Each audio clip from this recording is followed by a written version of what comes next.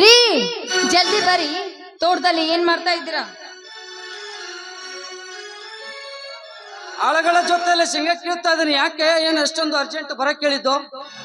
ಊರಲ್ಲಿ 108 ಮಂದಿ ಚೀತು ಅಂತ ನಮ್ಮ ಮನೆತನದ ಬಗ್ಗೆ ಮಾತನಾಡ್ತಿರೋದನ್ನ ನೋಡಿದ್ರೆ ನನಗಂತೂ ಸಾಕಾಗಿ ಹೋಗೈತ್ರಿ. ಯಾಕೆ ಶೀಲ, ಏನಾಯ್ತು? ಅಂತದೇನಾಯ್ತು? ಇನ್ನೇನಾಗ್ಬೇಕು, ನಿಮ್ಮ ತಮ್ಮ ಇದ್ದಾನಲ್ಲ ಶಿವರಾಜ, ಅವನು ಮಾಡಿದ ಮಹತ್ ಕಾರ್ಯಕ್ಕೆ ಊರ್ ಜನ ಮನೆತನದ ಮರ್ಯಾದೆಯನ್ನೇ ಕಳೀತಾ ಇದ್ದಾರೆ. ಶೀಲಾ, ಸುಮ್ನೆ ನಮ್ಮ ಶಿವರಾಜನ್ ಮೇಲೆ ಇಷ್ಟೊಂದು ಬೆಂಕಿ ಕಾರಕ್ಕೆ ಅವನೇನಂತ ತಪ್ಪು ಮಾಡಿದ್ದಾನೆ?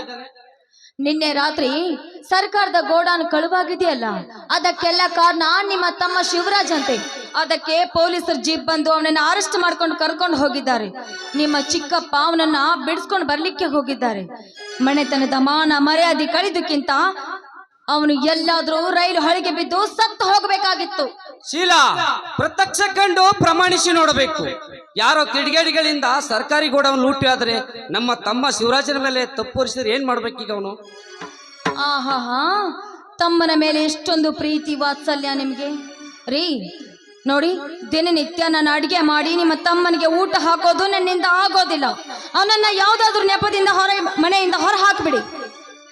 ಶೀಲಾ, ಅಣ್ಣ ಹತ್ತಿಗೆ ಬಂದರೆ ಹಡದ ತಂದೆ ತಾಯಿ ಅಂತೆ ತಿಳಿದಿಕೋ. ಶಿವರಾಜ ಸತ್ತು, ನಮ್ಮ ತಂದೆ ಸತ್ತು ಸ್ಮಶಾನಕ್ಕೆ ಸೇರಿದ. ಆ ತಂದೆ ತಾಯಿ ಪ್ರೀತಿ ಹುಡುಕ್ತಾನ ಅವನೀಗ. ನೀನು ಈ ರೀತಿ ಹೇಳ್ತಿ ಅಂತ ಹೊರಗಾಕಿದ್ರೆ ಈಗ ನಮ್ಮ ತಮ್ಮ ಎಲ್ಲಿಗೆ ಹೋಗ್ಬೇಕು? ಅವನೀಗ ಹೋಗ್ಲಿ, ಎಲ್ಲಾದ್ರೂ ಹಾಳಾಗಿ ಹೋಗ್ಲಿ. ನಾನೇನೋ ಅವನ್ಗೆ ಊಟ ಮಾಡಿ ಹಾಕೋಕೆ ಆಳಲ್ಲ. ಶೀಲಾ, ನೀನ್ ಈ ತರ ಮಾತಾಡುದು ನಮ್ಮ 3 ಜನ ಏನಾರು ಕೇಳಿದರೆ ನಿನ್ನ ಮಕ್ಕಳು ಕುಗಿತಾರೆ ಕ್ಯಾಕರಿಸಿ. ಯಾರು ಏನ್ ಬೇಕಾದ್ರೂ ಉಗುಳ್ದಾರು ಬಂದು ಮಾಡಿ ಹಾಕ್ತಾರೇನ್ರಿ? ನೋಡ್ರಿ, ಒಂದು ಮಾತು ಹೇಳ್ತೀನಿ, ಅವನನ್ನ ಹೇಗಾದ್ರೂ ಮಾಡಿ ಮನೆ ಬಿಟ್ಟು ಹೊರ ಹಾಕಬೇಕು. ಇಲ್ಲದಿದ್ರೆ ನಾನೇ ಗಂಟು ಮುಟ್ಟಿ ಕಟ್ಕೊಂಡು ನನ್ನ ತವರ ಮನೆಗೆ ಹೋಗ್ಬೇಕಾಗತ್ತೆ. ಇದನ್ನ ಮಾತ್ರ ನೀವು ಮರಿಬೇಡಿ. ಸುಮ್ನೆ ನಮ್ಮ ತಮ್ಮನಿಗೆ ಹೊರಗೆ ಹಾಕಕ್ಕೆ ಹೆಂಗ್ ಬರುತ್ತೆ ಶೀಲಾ? ಅವನಿಗೆ ಆಸ್ತಿಯಲ್ಲಿ ಕೂಡ ಸುಮ್ಮನಿಗೆ ಪಾಲ ಬರುತ್ತೆ. ಅವನಿಗೆ ಪಾಲು ಕೊಡ್ತೀರೇನ್ರಿ? ನಿಮ್ ತಲೆ. ಅವನು ಕಾಲೇಜ್ನಲ್ಲಿ ಕಲಿಬೇಕಾದ್ರೆ ಅವನ ಅರ್ಧ ಪಾಲದಷ್ಟು 2ರಷ್ಟು ಖರ್ಚು ಮಾಡಿದ್ದೀರಾ. ನಿಮ್ಮ ತಂದೆ ಕೊಟ್ಟು ಸತ್ತು ಹೋಗಿದ್ದಾನೆ. ನಮ್ಮ ತಂದೆ ನಮ್ಮ ಶಿವರಾಜನಿಗೆ ಕಾಲೇಜ್ ಖರ್ಚು ದುಡ್ಡು ಎತ್ತು ಆಗಿಲ್ಲ ಶೀಲಾ. ಅವನು ಚೆನ್ನಾಗೇ ಓದಿದ್ದಾನೆ. ಇವತ್ತಿಲ್ಲ ನಾಳೆ ನನ್ನ ತಮ್ಮ ದೊಡ್ಡ ಸಾಯಿಬಾಗಿ ಬಂದೇ ಬರ್ತಾನೆ. ಅವನು ದೊಡ್ಡ ಸಾಯ್ಬನಾಗ್ತಾನೆ ಅಂತ ನೀವು ದಡ್ಡನಾಗಿ ಕೂತ್ಕೊಂಡ್ಬಿಡಿ. ನೋಡಿ, ಕೊನೆಯದಾಗಿ ಹೇಳ್ತಾ ಇದ್ದೀನಿ, ಆ ಮನೆಯಲ್ಲಿ ಅವನಿರ್ಬೇಕು ಒಂದು, ಇಲ್ಲ ನಾನಿರ್ಬೇಕು ಒಂದು. ಆಯ್ತು, ಇನ್ನೊಂದ್ ಸ್ವಲ್ಪ ಶೇಂಗಾ ಕೀಳದಾಯ್ತು ಹೊಲದಲ್ಲಿ. ಹೋಗಿ ಇಬ್ರು ಕೂಡಿ ಶೇಂಗಾ ಕೀಳಿ ಆಮೇಲೆ ಬಂದು ವಿಚಾರ ಮಾಡಿದ್ರಾಯ್ತು ಬಾ. ರೀ, ಏನ್ರಿ ನೀವು ಯಾವಾಗ ನೋಡಿದ್ರು ಕೆಲ್ಸ ಕೆಲ್ಸ ಕೆಲ್ಸ, ಇದನ್ನ ಬಿಟ್ಟು ಬೇರೆ ಏನು ಗೊತ್ತಿಲ್ವೇನ್ರಿ?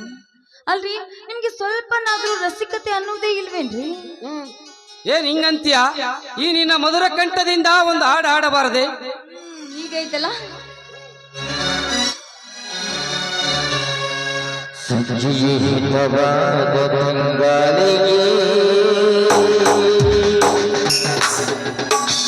ನಲ್ಲಯ್ಯ ಮೃದುವಾದ ಹಿತವಾಗಿ ಸೋಕಿದಾಗ ಕಣ್ಣೆರಡು ಕೂಡಿದಾಗ ರೋಮಾಂಚನ.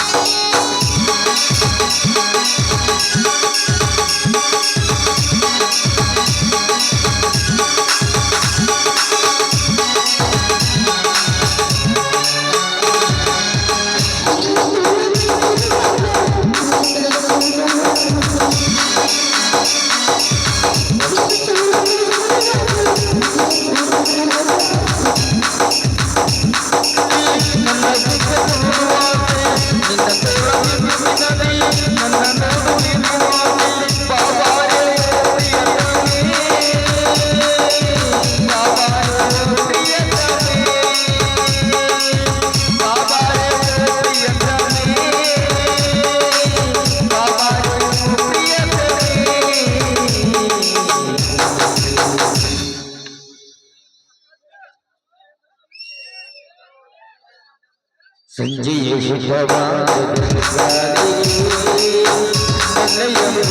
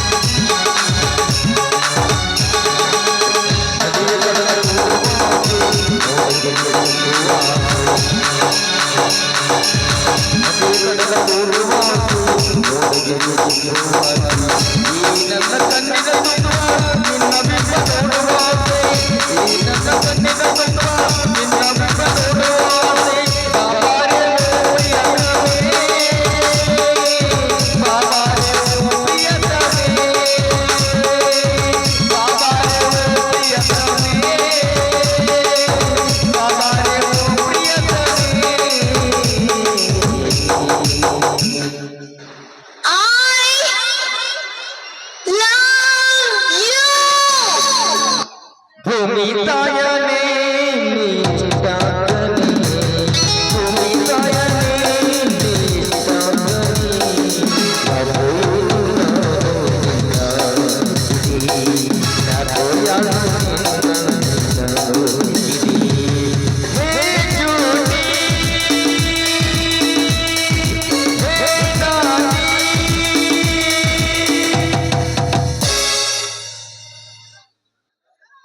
ಜೊತೆಯಾಗಿ ಹಿತವಾಗಿ ಜೊತೆಯಾಗಿ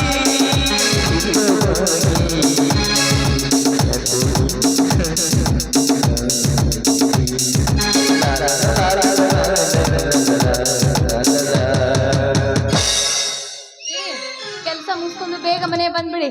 ಆಯ್ತು ನಡಿ ಹೋಗೋಣ.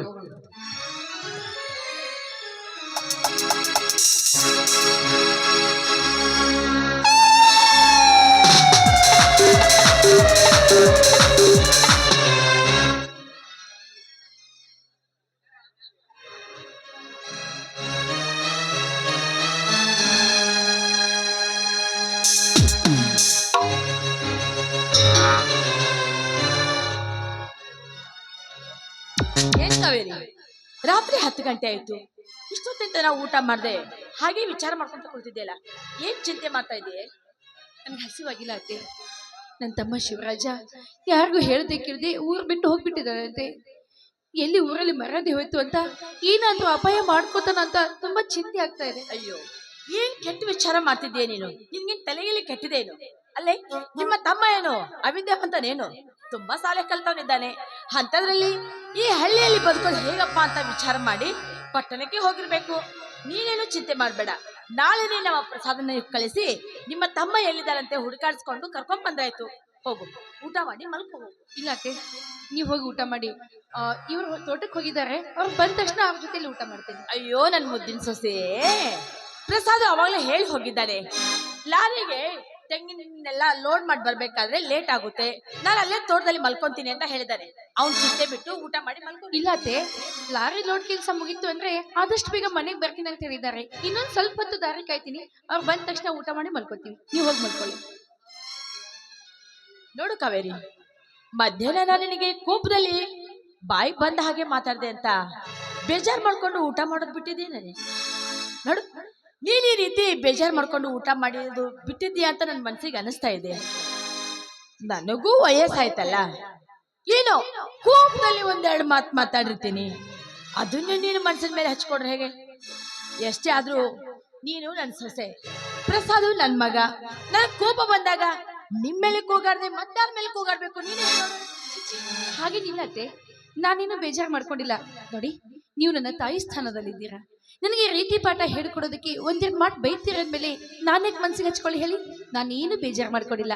ನೀವು ಹೋಗಿ ಮಲ್ಕೊಳ್ಳಿ, ಅವ್ರು ಬಂದ ತಕ್ಷಣ ಊಟ ಮಾಡಿ ನಾವು ಮಲ್ಕೊತೀವಿ. ನಿಜವಾಗ್ಲೂ ಮನ್ಸಿಗೆ ಹಚ್ಕೊಂಡಿಲ್ಲ ತಾನೇ? ಖಂಡಿತ ಇಲ್ಲ. ಅಯ್ಯೋ ಮೈ ಡಿಯರ್ ಸ್ವೀಟ್ ಸೊಸೆ ಅಂದ್ರೆ ನೀನೇ ಕಣೆ. ಸರಿ ಅಮ್ಮ, ನಂಗೆ ಯಾಕೋ ಇವತ್ತು ತುಂಬಾ ಸುಸ್ತಾಗಿದೆ, ನಾನು ಊಟ ಮಾಡಿ ಮಲ್ಕೊಂತೀನಿ. ನೀನು ಆಮೇಲೆ ಬಂದು ಊಟ ಮಾಡಿ ಮಲ್ಕೊ, ಆಯ್ತಾ?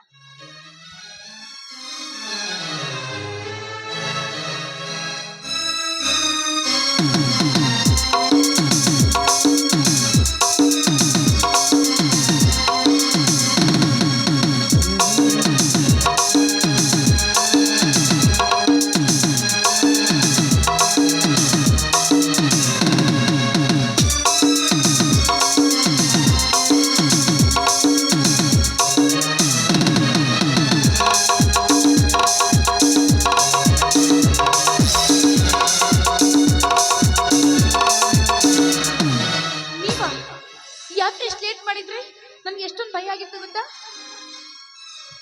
ಭಯ ಪಡಕ್ಕೆ ಅಂತ ಏನಾಯ್ತು ಕಾವೇರಿ? ಅದೇ ರೀ, ಮಧ್ಯಾಹ್ನ ನೀವು ಅತ್ತೆ ಜೊತೆಗೆ ಮಾತಾಡೋದನ್ನ ನಾನು ಕೇಳಿಸ್ಕೊಂಡೆ. ನಾನು ಒಳಗಡೆ ಕೆಲಸ ಮಾಡ್ಬೇಕಾದ್ರೆ ಅತ್ತೆ ನಿಮ್ಗೆ ಹೇಳ್ತಾ ಇದ್ರು, ಇವಳನ್ನ ಬಿಟ್ಟು ಹಾಕು, ಬೇರೆಯವಳನ್ನ ಮದುವೆ ಮಾಡ್ಕೊ ಅಂತ, ಹಾಗೆ ಹೀಗೆ ನಿಮ್ಮ ತಲೆ ತುಂಬ್ತಾ ಇದ್ರು. ಅದಕ್ಕಾಗಿ ನೀವು ಕೂಡ ಬೇಗ ಬರ್ಲಿಲ್ವಲ್ಲ, ಯಾಕೆ ಇಷ್ಟು ಲೇಟ್ ಆಗಿ ಬಂದ್ರಿ ಅಂತ ತುಂಬಾ ಭಯ ಆಗಿತ್ತು. ಅಮ್ಮನ ಜೊತೆ ಸಂಸಾರ ಮಾಡ್ತಾ ಇದ್ದು 30 ವರ್ಷ ಕಳೆದೋಯ್ತು. ನನಗ್ ಗೊತ್ತಿಲ್ವಾ ಅವಳ ನೀಚ ಸ್ವಭಾವ ಎಂತದ್ದು ಅಂತ. ಅನ್ಯೋನ್ಯ ಮೈಯೆಲ್ಲ ವಿಷಯ ತುಂಬಿಕೊಂಡಿರುವ ಅವಳಿಗೇನು ಗೊತ್ತಾದತ್ ಕಾವೇರಿ? ಮೈಯೆಲ್ಲ ಅನ್ಯೋನ್ಯವಾಗಿರುವ ಗಂಡ ಹೆಂಡತಿ ಪ್ರೀತಿ ಎಂತದ್ದು ಅಂತ. ತಾನಂತೂ ಕೂಡ ಗಂಡನ ಜೊತೆ ಸರಿಯಾಗಿ ಸಂಸಾರ ಮಾಡದೆ 3 ಸಂಜಲೆ ಎಣಕ್ಕೆ ಇಟ್ಕೊಂಡಳು. ನಮ್ಮನ್ನು ಪ್ರೀತಿ ಹಂಚಿಕೊಂಡು ನೆಮ್ಮದಿಯಾಗಿರೋಕೆ ಬಿಡ್ತಾ ಇಲ್ಲ. ತಾನು ಒಂದು ಹೆಣ್ಣು ಅನ್ನೋದನ್ನು ಮರೆತು ನಿನಗೆ ಹೆಚ್ಚೆ ವಿಷಯ ಕೊಟ್ಟರು ಯಾವುದನ್ನು ತೋರಿಸಿಕೊಡದೆ, ಗಂಜಿ ಕುಡಿದರ ಪರವಾಗಿಲ್ಲ ಗಂಡನ ಮನೆಯಲ್ಲೇ ಸಂತ ತಿಳಿದು ನನ್ನ ಬಾಳ ಸಂಗಾತಿ ಆಗಿ ಬದುಕು ಸಾಗಿಸುವ ನಿನ್ನ ಬಗ್ಗೆ ಅಮ್ಮನೇ ಅಲ್ಲ, ಸಾಕ್ಷಾತ್ ಪರಮಾತ್ಮನೇ ಬಂದು ಚಾಡಿ ಹೇಳಿದ್ರು ನಾನು ನಂಬುದಿಲ್ಲ ಕಾವೇರಿ, ನಾನು ನಂಬುದಿಲ್ಲ. ನನ್ನ ಮೇಲೆ ನೀವು ಇಟ್ಟಿರೋ ಈ ಪ್ರೀತಿ ವಿಶ್ವಾಸಕ್ಕೆ ನಾನು ಕೊನೆ ಉಸಿರು ಇರೋವರೆಗೂ ನಿಮ್ಗೆ ಕೃತಜ್ಞತೆ ಹೇಳಿದ್ರು ಕೂಡ ಕಡಿಮೆನೆ. ಬನ್ನಿ, ತುಂಬಾ ಹೊತ್ತಾಯ್ತು, ಮೊದಲು ಊಟ ಮಾಡೋರಂತೆ. ನನಗೆ ಹೊಟ್ಟೆ ಇಸೆ ಇಲ್ಲ ಕಾವೇರಿ. ರಾತ್ರಿ ಹೊತ್ತು ಊಟ ಮಾಡಿಲ್ಲ ಅಂದ್ರೆ ಚೆನ್ನಾಗಿ ನಿದ್ದೆ ಬರೋದಿಲ್ಲ. ನೋಡಿ, ನಿಮ್ಗೆ ಇಷ್ಟವಾದ ಕಸಕಸೆ ಪಾಯಸ ಮಾಡಿದೀನಿ, ಸ್ವಲ್ಪ ಊಟ ಮಾಡಿ. ನೀ ಕಸ ಪಾಯಸ ಊಟ ಮಾಡಿಸ್ಬೇಕಂತ ವಿಚಾರ ಮಾಡಿದ್ರ ನಂದೊಂದು ಕಂಡೀಷನ್. ಕಂಡೀಷನ್ ಏನ್ರಿ ನಿಮ್ ಕಂಡೀಷನ್? ಈ ಚಿನ್ನದ ಗೊಂಬೆಯ ಜೊತೆಯಲ್ಲಿ ಒಂದು ಹಾಡು ಹಾಡಿದ್ರೆ ನಾವು ಊಟ ಮಾಡೋದು. ಅಯ್ಯೋ, ಹಾಡು ಹೇಳ್ಬೇಕಾ? ಹೋಗಿಯಪ್ಪ, ನಂಗೆ ಹಾಡು ಹೇಳೋದಕ್ಕೆಲ್ಲ ಬರೋದಿಲ್ಲ. ಹಾಗಾದ್ರೆ ನಾವು ಊಟನೇ ಮಾಡೋದಿಲ್ಲ. ಏನ್ರಿ ನೀವು ಚಿಕ್ಕ ಮಕ್ಕಳ ತರ ಹಠ ಮಾಡ್ತಾ ಇದ್ದೀರಾ? ಅತ್ತೆ ಒಳಗಡೆ ಮಲಗಿದ್ದಾರೆ, ಅವ್ರಿಗೆ ಏನಾದ್ರೂ ಗೊತ್ತಾಯ್ತು ಅಂದ್ರೆ ಇಂಟ್ರಿಗೂ ಬರ್ತಾ ಆಗ್ತಾರೆ ಅಷ್ಟೇ. ಅಯ್ಯೋ, ಅದಕ್ಕೆ ಎಲ್ಲಿ ಮಲ್ಕೋತು ಅಂದ್ರೆ ಅದಕ್ಕೆ ಎತ್ತರನೇ ಆಗೋದಿಲ್ಲ. ಕಾಣ್ತಾರ ನಿದ್ದೆ ಮಾಡ್ತೈತಿ. ಮೈ ಮೇಲೆ ಆಟೋಮಾಟಿಕ್ ಹುಟ್ ಮಾಡಿದ್ರು ಅದಕ್ಕೆ ಎತ್ತರನೇ ಆಗೋದಿಲ್ಲ. ಅತ್ತೆ ಆದ್ಮೇಲೆ ಈ ವಿಷಯ ಹೇಳ್ತೀನಿ ನಾನು, ಹಿಂಗೆಲ್ಲ ಅಂದ್ರೆ ಅಂತ. ಈಗೇನು ನಿಮ್ಗೆ ಹಾಡು ಹೇಳ್ಬೇಕು ಅಷ್ಟೇ ತಾನೇ? ಹಾ, ನಾನು ಊಟ ಮಾಡ್ಬೇಕೆ, ನೀನು ಆಡ್ಲೇಬೇಕು. ಹಾಡ್ಲೇಬೇಕಾ? ಸರಿ ಬಿಡಿ, ನಿಮ್ ಇಷ್ಟದಂತ. ಮುಗಿಲ ಮಲ್ಲಿಗೆಯೋ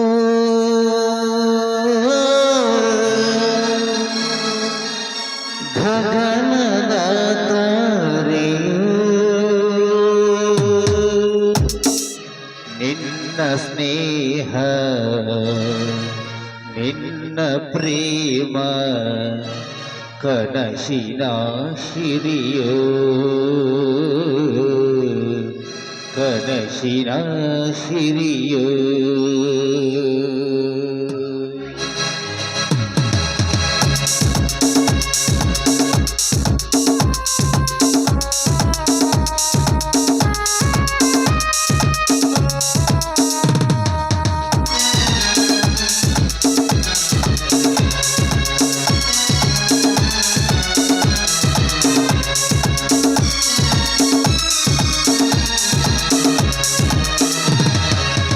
ಮುಗಿಲ ಮಲ್ಲಿಗೆಯೋ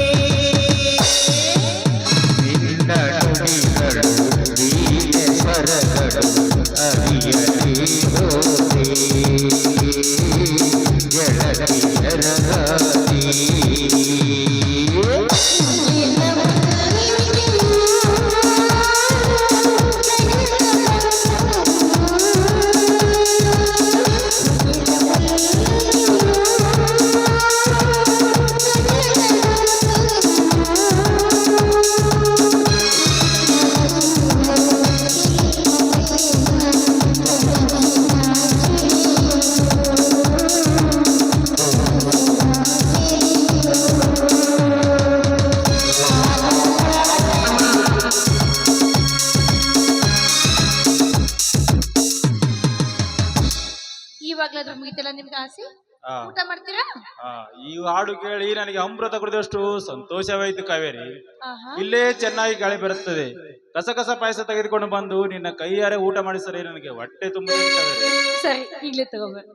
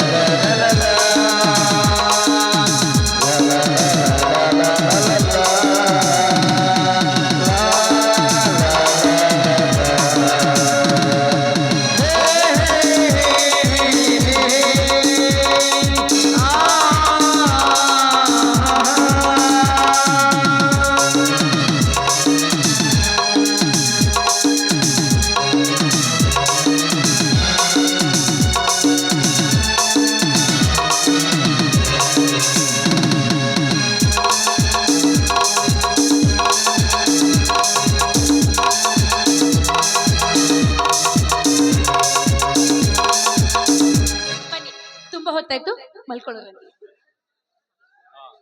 ಹಾ ಕಾವೇರಿ, ಇವತ್ತು ತೋಟದಲ್ಲಿ ಕುಳಿತುಕೊಂಡು ನಾನು ವಿಚಾರ ಮಾಡಿ ನಿರ್ಧಾರಕ್ಕೆ ಬಂದಿದ್ದೇನೆ. ಈ ನನ್ನ ಮಲತಾಯಿ ಜೊತೆಯಲ್ಲಿ ಇದ್ರೆ ನಮ್ಮನ್ನು ಚೆನ್ನಾಗಿರೋಕೆ ಬಿಡ್ತಾ ಇಲ್ಲ. ಅವಳಿಗೆ ಈ ಮನೆಯನ್ನೇ ಬಿಟ್ಟುಕೊಟ್ಟು ನಾವು ಬೇರೆ ಸಂಸಾರ ಹೂಡಿದ್ ಬಿಟ್ರಾಯ್ತು ಅಂತ.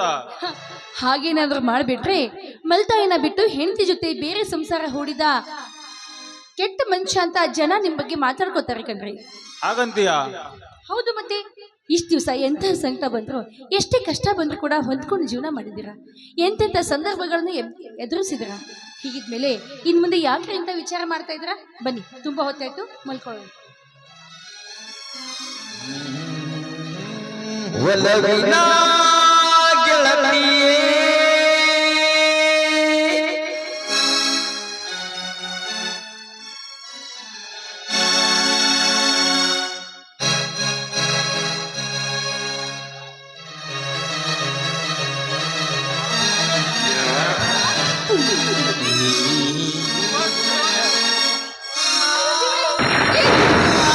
ಈಗಲೇ ಹೋಗಿ ಡಾಕ್ಟರ್ ಫೋನ್ ಮಾಡಿ.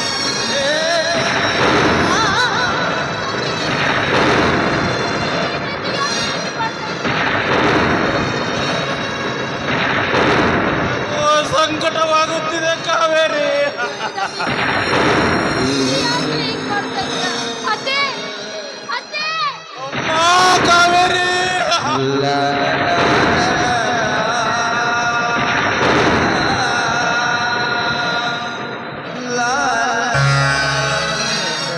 ಏನಾಯ್ತು ಪ್ರಸಾದ್?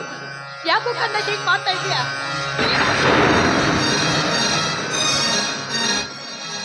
ಅಮ್ಮ, ನಾನು ಸಾಯುವುದು ನಿಶ್ಚಿತ. ಅಮ್ಮ, ನಾನು ಸಾಯುವುದು ನಿಶ್ಚಿತ. ಹೀಗೆಲ್ಲ ಮಾತಾಡ್ತಾ ಇದ್ದೀರಾ?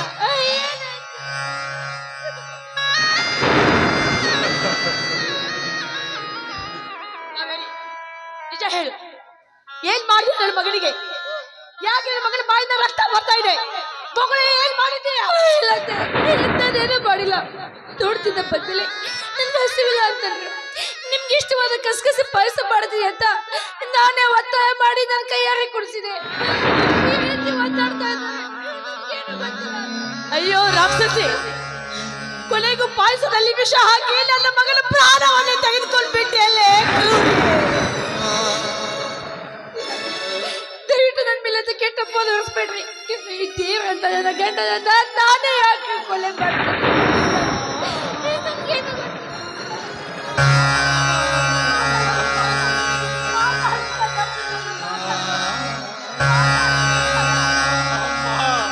ಯಾರಾದರೂ ಕೇಳಿದರೆ ನಿನ್ನ ಮಗ ಹಾಡ್ ಫೇಲಾಗಿ ಸತ್ತು ಹೋದರಂದು ಹೇಳ್ಬಿಡಮ್ಮ. ಅಮ್ಮ,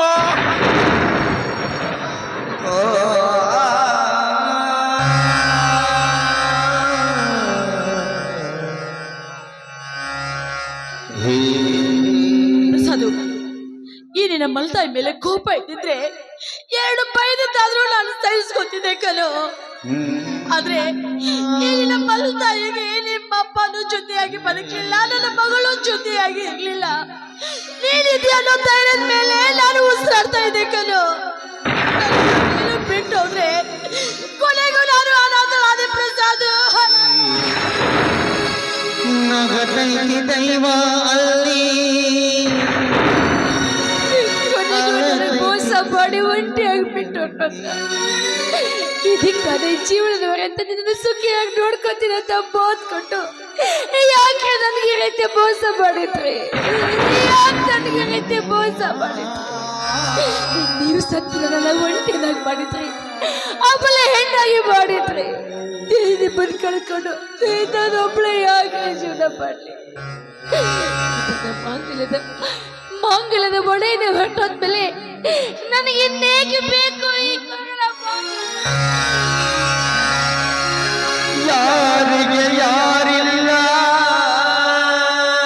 ಮನುಷ್ಯನ ಕುಂಕುಮದ ಸೌಭಾಗ್ಯವೇ ಹೊರಟೋದ್ಮೇಲೆ ಇನ್ನೇಕೆ ಬೇಕು ಈ ಮುತ್ತೈದೆಗೆ ಕುಂಕುಮ?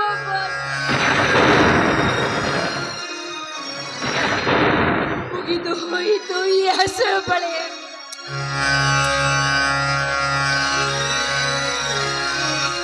ಯಾರಿಗೆ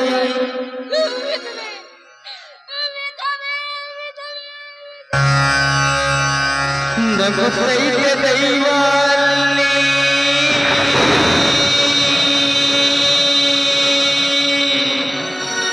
ಅಳುತ್ತೈತೆ ಜೀವ ಇಲ್ಲಿ.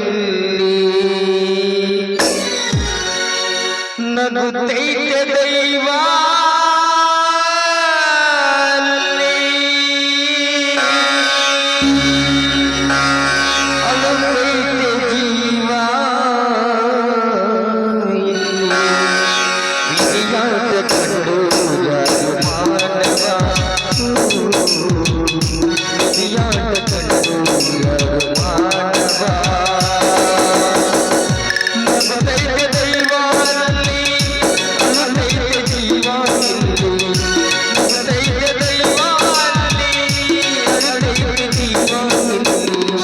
ವಿಧಿಯಾಟ ಕೆಡಡು ಯಾರು ಮಾನವ.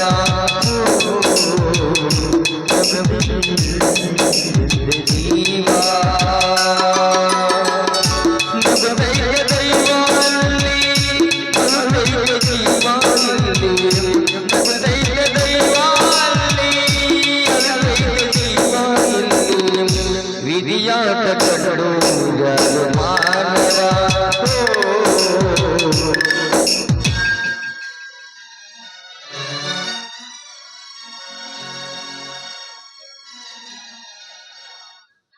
ಆಶಾ ನನ್ನ ಮೇಲೆ ಮುನಿಸಿಕೊಂಡು ಹೋದಾಗಿನಿಂದ ಎಲ್ಲಿ ಕುಳಿತರೂ ನಿಂತರೂ ಅವಳ ನೆನಪೇ ಕಾಡುತ್ತಿದೆ. ಓಹೋ, ನೆನೆಸಿದವರು ಮನಸ್ಸಿನಲ್ಲಿ ಅಂದಾಗೆ ನನ್ನ ಆಶಾ ತೋಟದಿಂದ ನನ್ನ ಹತ್ತಿರನೇ ಬರುತ್ತಿದ್ದಾಳೆ. ಇವಳಿಗೆ ಯಾಮಾರಿಸಿ ಸ್ವಲ್ಪ ಇವಳ ಹತ್ರ ಮಜಾ ಆಟ ಆಡುತ್ತೇನೆ. ಅಯ್ಯೋ ಭಗವಂತ, ದಾರಿ ತೋರಿಸು ತಂದೆ, ದಾರಿ ತೋರಿಸು. ಈ ಬಡಪಾಯಿ ಸನ್ಯಾಸಿಗೆ ಗಪ್ಪ ಇಂಥ ಘೋರ ಶಿಕ್ಷೆ.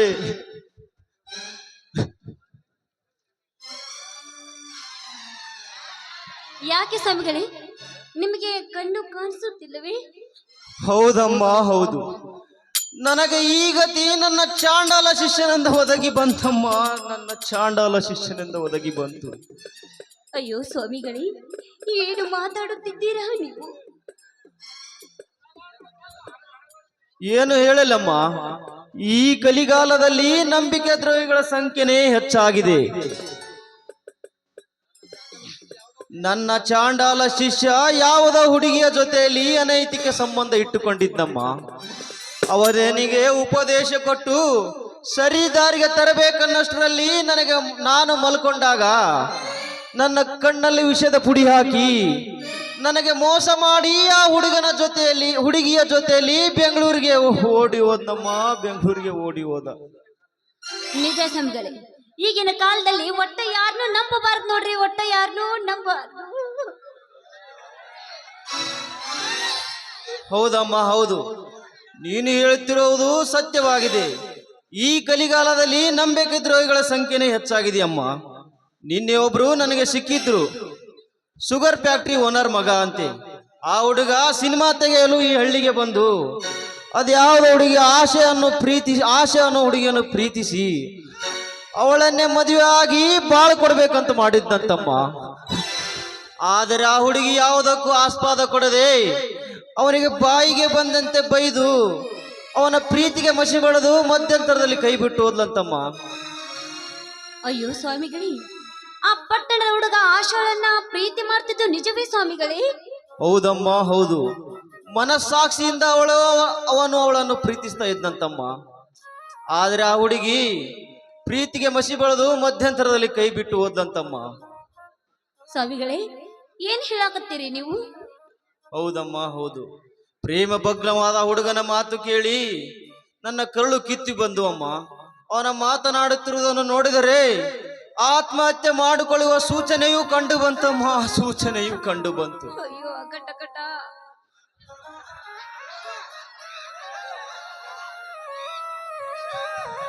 ಬೇಡಿ, ನಂಬಬೇಡಿ. ಜೀವನವಾದ್ರೂ ಹೆಂಗಸರನ್ನ ನಂಬಬೇಡಿ.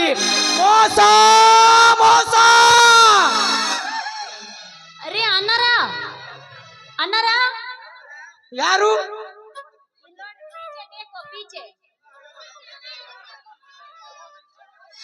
ಥೂ, ನೀಚನನ್ನ ಆಶಾ.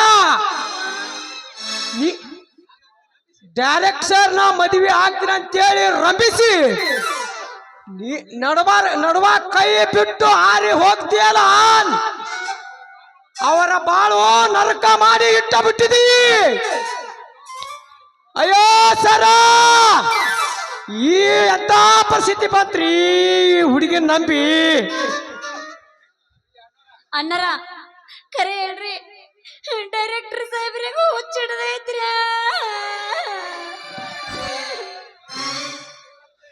ಸುಳ್ಳು ಹೇಳಕ್ಕೆ ನನಗೇನೋ ಬೇರೆ ಕೆಲಸ ಇಲ್ಲ ನಮ್ಮ. ನೀನೊಂದು ಪ್ರೀತಿದ ಸಂತೋಷದಲ್ಲಿ ಧಾರವಾಡಕ್ಕೆ ಹೋಗಿ ನಾನು ಕಿವಿ ಸರಿಯಾಗಿ ತೋರಿಸ್ಕೊಂಡು ಬಂದಿದ್ರಲ್ಲ, ಈಗ ನೀವು ಮೋಸ ಮಾಡಿದ ಅವಮ್ಮ ಹುಚ್ಚರಾಗಿ ತಿರ್ಗಾಡಕತ್ತಾನ.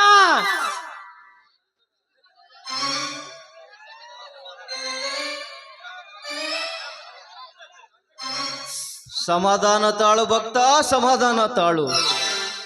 ಪಟ್ಟಣದ ಹುಡುಗನನ್ನು ಪ್ರೀತಿಸಿ ಮಧ್ಯಂತರದಲ್ಲಿ ಕೈ ಬಿಟ್ಟ ಹುಡುಗಿ ನೀನೇ ಎಂದು ನನಗೆ ತಿಳಿಲಿಲ್ಲಮ್ಮ. ನೀನು ಮಾಡಿದ್ದು ನಿನ್ನ ಬದುಕಿನಲ್ಲಿ ಘೋರ ಅಪರಾಧವಮ್ಮ, ಘೋರ ಅಪರಾಧ.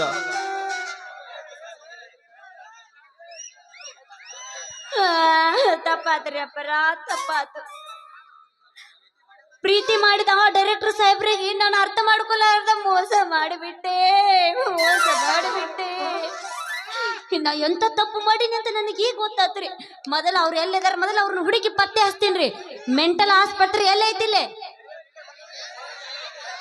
ಅವ್ರನ್ನ ಹುಡುಕಾಡ್ಕೊಳ್ಳದೆ ಮೊದಲು ಮೆಂಟಲ್ ಆಸ್ಪತ್ರೆಗೆ ಅಡ್ಮಿಟ್ ಮಾಡಿ ಮೊದಲು ಅವರು ಸರಿಪಡಿಸಿ ಅವ್ರ ಮದುವೆಕಿನ್ನ.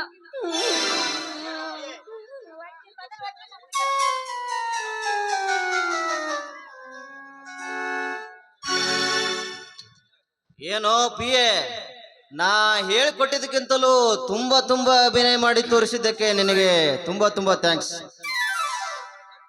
ಏನಂದ್ರಿ?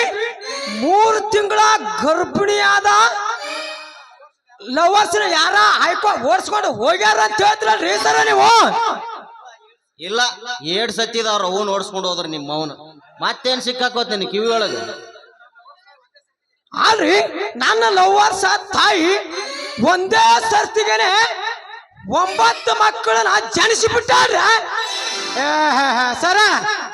ಹೋದ ಜನ್ಮದಲ್ಲಿ ಎಲ್ಲೋ ಕಾಡಂದಿ 9 ಕಾಡಂದಿ ನುಂಗ್ಯಾಳ ಮಾಡ್ಯಾಳ. ಇರ್ಲ ಬಿಡ್ರಿ, ಅದ್ರಾಗ ಹೆಣ್ಣು ಹೆಸರು, ಅದ್ರಾಗ ಗಂಡು ಹೆಸ್ರಿ.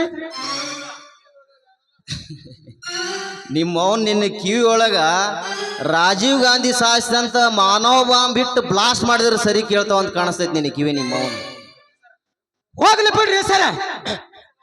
ನಮ್ಮ ಪ್ರೀತಿಯ ಲವರ್ಸ್ ಹೋದ್ವಾದ್ರ ಅಷ್ಟೊಂದು ನೀವು ಯಾಕೆ ಕೋಪ ಮಾಡ್ಕೋತೀರಿ? ನೀವು ಸಿಲಿಡಾಂಡ 6 ತಿಂಗಳ ಗರ್ಭಿಣಿ ಇದ್ದಾಕಿನ ಜಮಾಯಿಸ್ಕೊಂಡು ಬಿಟ್ಟಿಡ್ರಿ ಈಗಾಗಲೇ ರೆಡಿನೇ. ಲೇ ಕ್ಯೂಟ್ ನನ್ನ ಮಗನೇ, ನಿನ್ನ ಜೊತೆಲ್ಲ ಮಾತಾಡ್ಕೊಂಡು ನಿಂತ್ಕೊಂಡೆ ಅಂದ್ರ ನೀ ನನ್ನ ಆಶಾಳ ಮುಂದೆ ನಾ ಹುಚ್ಚಿಡ್ದೋರ್ತಾರ ಏನ್ ನಾಟಕ ಮಾಡಿನಲ್ಲ, ನಿಜವಾಗ್ಲೂ ಹುಚ್ಚಿಡ್ಸ್ಕೊಂಡು ಈ ಜನರಕ್ಕೆ ಕಲ್ ತಗೊಂಡು ಹೊಡ್ಸ್ಕೊಳ್ದು ಬರ್ತದ ಮರ್ಯ. ನಿನಗೊಂದು ದೊಡ್ಡ ನಮಸ್ಕಾರಪ್ಪ, ಬರ್ತೀನಪ್ಪ. ಹೋಯ್ ಬಿಡಿಯಪ್ಪ. ಏ ಹೋಗೋ ಟುಜಿಬಿ ಡೈರೆಕ್ಟ್ರ, ಹೋಗು. ಆ ಕತೆ ಎತ್ತಿದ್ರೇನೆ ನನಗೆ ಆನಿ ಸೊಂಡಿ ಇಲ್ಲ ಅಂತ ಹೇಳಿ ಹಿಡೀ ಕೊಟ್ಕಡ್ಕಿ ತುಂಬಾ ತಿರ್ಗಾಡ್ಕೋತ ಚಾಡ ಹೇಳ್ಕೋತ ತಿರುಗಾಡಿದಿ. ನೀನ್ ಅಂದ್ ಒಂದ್ ಆನಿ ಸೊಂಡಿ ಕಿತ್ಕೊಂಡಿರಲ್ಲ, ಇಂಥವ್ 100 ಆನಿ ಸೊಂಡಿ ಸೃಷ್ಟಿ ಮಾಡೋ ತಾಕತ್ತ ನನ್ನ ಬಲ್ಲಿ ಐತಿ. ಒಂದ ನನಗೆ ಸ್ವಂತ ಕಿಟ್ಕೊಂಡು ಉಳಿಕದು ಟಿಕೆಟ್ ತೆಗಿಸಿ ನನ್ನ ಬಲ್ಲಿ ಬೇಕಂದಾರು, ಆನಿ ಸೊಂಡಿ ಬೇಕಂದಾರು, ಟಿಕೆಟ್ ಬ್ಯಾಕ್ ಕೊಡ್ತೀನಪ್ಪ ನನ್ನ ಬಲ್ಲಿ ಬರ್ರಿ.